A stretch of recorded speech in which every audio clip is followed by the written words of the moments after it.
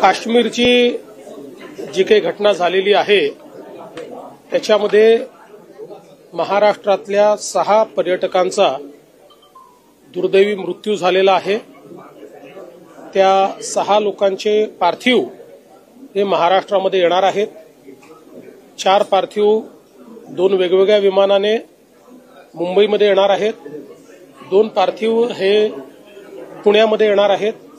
मुंबईमध्ये आशिष शेलारजी आणि मंगलप्रभात लोढाजी हे 2 मंत्री एअरपोर्टवर सगळ्या व्यवस्था पाहत आहेत। पुण्यामध्ये मुरली मोहोळजी जे केंद्रीय मंत्री आहेत ते स्वतः लक्ष घालतायत आणि माधुरीताई मिसाळ या एअरपोर्टवर उपस्थित राहतील आणि त्याचं सगळं कोऑर्डिनेशन करतील। याच्या व्यतिरिक्त आपले जे आपत्ती व्यवस्थापन मंत्री आहेत गिरीश महाजन हे स्वतः श्रीनगरला पोहोचतायत। तिथे जाऊन जे आपले पर्यटक तिथे आहेत त्यांचं कोऑर्डिनेशन आपण करतोय। याच्या व्यतिरिक्त ज्यांनी सोशल मीडियाच्या माध्यमातून किंवा एसएमएसच्या माध्यमातून आपल्याशी संपर्क साधला त्या सगळ्यांच्या व्यवस्था आपण केलेल्या आहेत।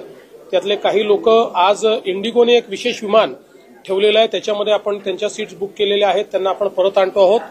आज दिवसभरात अजून कोणाकोणाला अशा प्रकारची आवश्यकता आहे परत आणण्याची व्यवस्था करायची आहे याचा सगळा आढावा घेऊन उद्या पुन्हा आम्ही केंद्रीय मंत्री आपले राज्यमंत्री श्री मुरलीधर मोहोळ यांना विनंती केली आहे की आपण इंडिगोला उद्या एक विशेष विमान त्या ठिकाणी देण्याची किंवा ऍडिशनल विमान विशेषपेक्षा त्यांच्या जे रेग्युलर ट्रिप आहेत त्यापेक्षा एक ऍडिशनल विमान महाराष्ट्रात आणणारं मुंबईला वगैरे येणारं असं त्यांनी द्यावं अशी विनंती करावी आणि त्या ठिकाणी जे काही त्याला आवश्यक तिकीट्स वगैरे आहेत त्याची व्यवस्था आपण करू। तर ते मुरली मोहोळजी ते देखील बघता आहेत। त्यामुळे वेगवेगळ्या ठिकाणी आता सगळे आपले पर्यटक सुरक्षित आहेत, पण एक त्यांच्यात एन्झायटी आहे कारण ही घटना घडल्यामुळे आम्हाला परत कसं लवकर जाता येईल अशा प्रकारचा प्रयत्न आहे। तर त्या दृष्टीने ज्या ज्या व्यवस्था करता येतील बाय रोड असेल किंवा अजून कुठल्या पद्धतीने असेल तर त्या सगळ्या व्यवस्था करण्याचा प्रयत्न आपला चाललेला आहे। मंत्रालयाचं जे आपलं त्या ठिकाणी आपली जी वॉर रूम आहे किंवा आपत्ती व्यवस्थापन केंद्र आहे त्याही ठिकाणी आपण सगळ्या व्यवस्था आता उभ्या केलेल्या आहेत की ज्या माध्यमातून कोणालाही माहिती द्यायची असेल किंवा घ्यायची असेल तर त्या ठिकाणून घेता येईल। जम्मू काश्मीर तिथली जी काही प्रशासन आहे तेही अतिशय चांगल्या प्रकारे रिस्पॉन्ड करत आहेत। त्यांना आम्ही कुठली गोष्ट विचारली तर तात्काळ त्यांच्याकडनं आम्हाला त्याचं उत्तर मिळतं किंवा ते तशा प्रकारच्या व्यवस्था करतात। जे काही जखमी आहेत त्यांच्यावर उपचार चाललेले आहेत आणि योग्य प्रकारचे उपचार चाललेले आहेत। त्यामुळे जखमींना डॉक्टरांनी परमिट केल्यानंतर इकडे आणण्याची व्यवस्था जी आहे ती आम्ही करू। त्यांच्या परिवाराला त्याच्या आधी यायचं असेल तर ते देखील आणण्याची व्यवस्था जी आहे ती आम्ही करू। दुर्दैवाने जे मृत्युमुखी पडलेले आहेत त्यांना आपण 5 लाख रुपये प्रत्येकी त्यांच्या परिवाराला त्या ठिकाणी देत असतो।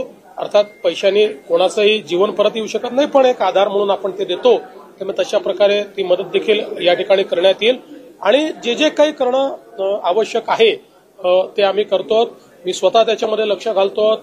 शिंदे साहेब, अजितदादा हे देखील त्यांच्या परीनं पूर्णपणे त्याच्यामध्ये लक्ष घालतायत आणि आपल्या राज्यातल्या पर्यटकांना अतिशय सुरक्षिततेनं इथे परत आणणं याला आता आम्ही प्रायोरिटी दिलेली आहे। चीड आणणारा प्रकार असा घडला की धर्म विचारून पर्यटकांवर गोळ्या झाडल्या।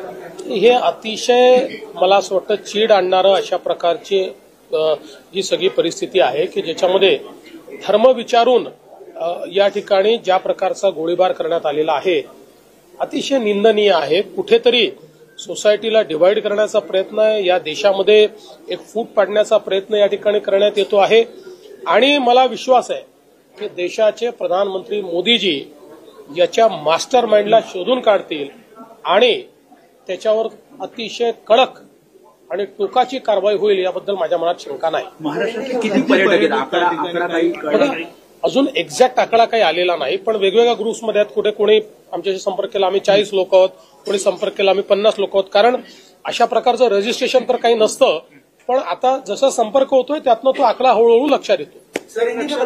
नक्षलवाद्यांच्या विरोधात रोजच कारवाया सुरू आहेत। नक्षल्यांचा बालेकिल्ला म्हणून ओळखला जाणारा गडचिरोली जिल्हा आता स्टील सिटी म्हणून उदयास आलाय। मला असं वाटतं की गडचिरोलीमध्ये एक मोठं परिवर्तन झालेलं आहे।